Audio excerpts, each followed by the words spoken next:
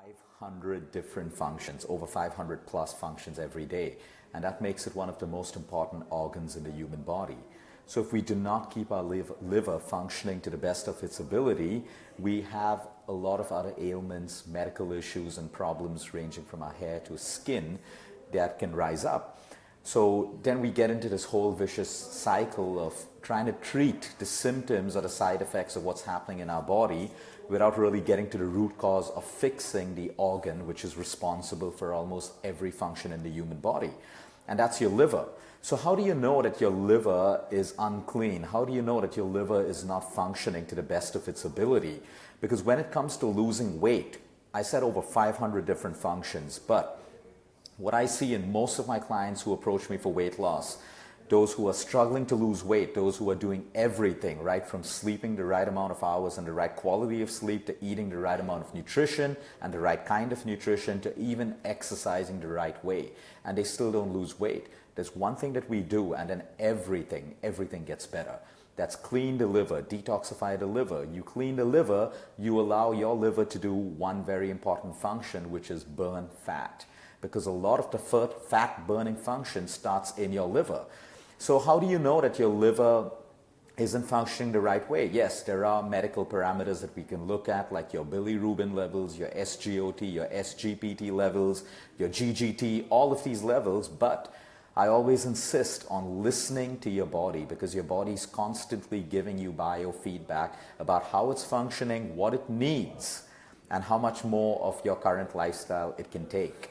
So when you feel sluggish, when you're feeling constantly tired, when there's fatigue that you're feeling, when there's change in your hair, there's discoloration in your skin, when you start having skin eruptions, when you have weight problems, you're struggling to lose weight, headaches, migraines, all of these things, including allergies, including the sudden onset of allergies, or you have allergies and you can't seem to be getting better no matter what you do. The first thing you do is look at the health and the functioning of your liver. Okay, because your liver is not functioning the right way, by only focusing on detoxifying and cleaning your liver, you can take care of all of these problems together. Because like I said, it has 500 plus functions in the human body. And that's why it's called a vital organ. Your vital organs are your heart, your brain, your kidneys, your liver. All of these are called vital organs because even if there's a 1% malfunction in this organ, you are going to have a lot of problems. And you got to remember, keeping the health of your liver in place is absolutely detrimental because as your liver keeps getting destroyed, or as you keep getting a fatty liver, which is very, very common today, and I'm talking not only about an alcoholic fatty liver, I'm talking about a non-alcoholic fatty liver, which even pure vegetarians today tend to get. That's not a good sign for your liver because you're going to need your liver every step of your life. So let's get straight into why does our liver function get compromised? Number one, pollution. We have no control over the air that we breathe. It's full of carcinogens. It's full of passive smoke from people who are smoking cigarettes every day. It's the quality of air that you breathe. You may think that it's your lungs that should get affected, but it's also your liver because your liver has a function of detoxifying everything that goes in, right from your food. It takes out toxins, right from your alcohol. It basically makes alcohol safer for your body to, manage. If you didn't have a liver, alcohol would kill you. It's as simple as that, including the air that we breathe. So pollution, smoking, junk food, because of all the chemicals, the preservatives, all of the high corn fructose syrup, the excess salt, the excess sugar, the refined ingredients, the MSG, all of that crap also compromises liver function. And then you have alcohol again. I'm not against alcohol. I'm against binge drinking. I'm against people drinking alcohol more than their bodies can handle or more than they require. I'm against people drinking alcohol and not making changes in their overall lifestyle. So that damages the liver, you have liver cirrhosis, and then it's almost impossible to repair the liver after a period of time. Although I must mention that the liver is an amazing, amazing organ. You can cut off a piece and it will regenerate tissues. And that's the power of the liver. That's the power that particular point, there's nothing that can be done.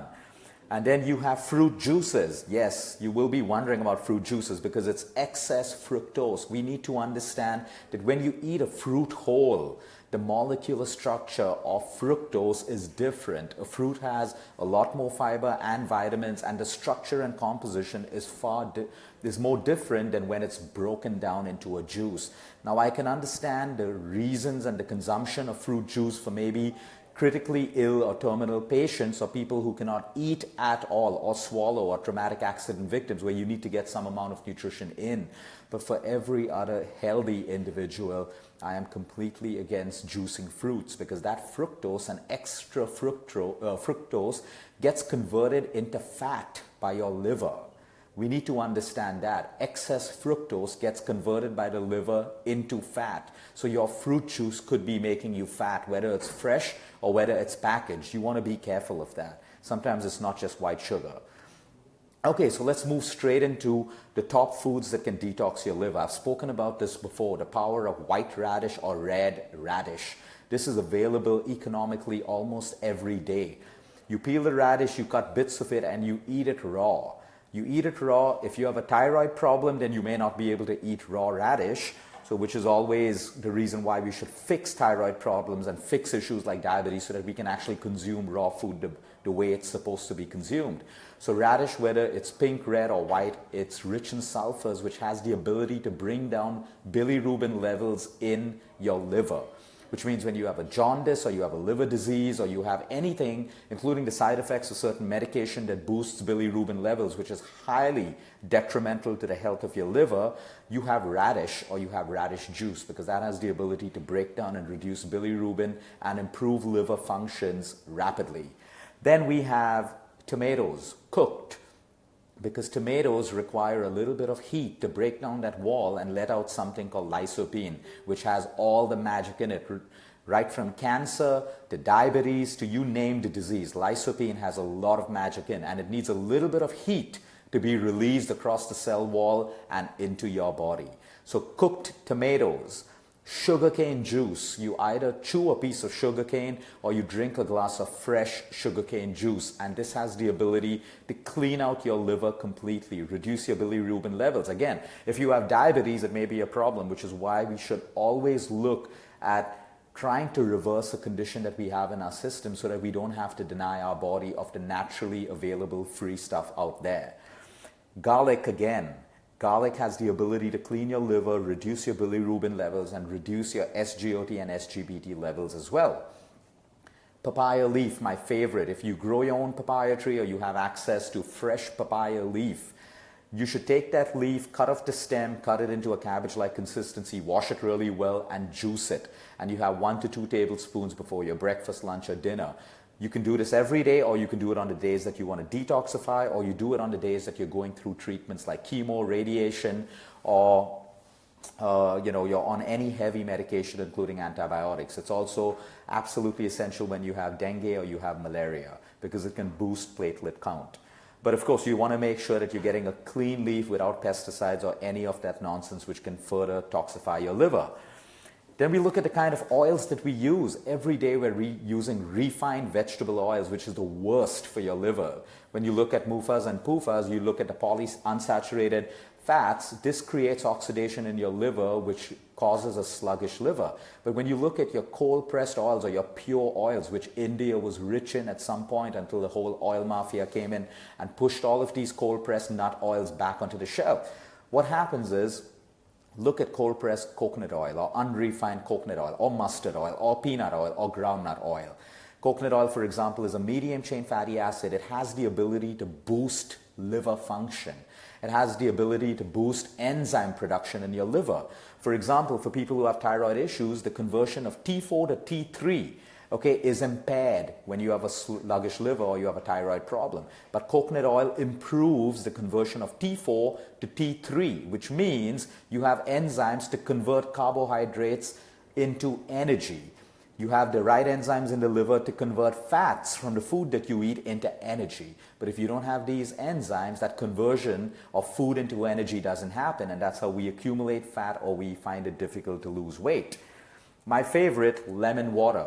Squeezing lemon into water is an absolute fantastic liver detoxifier.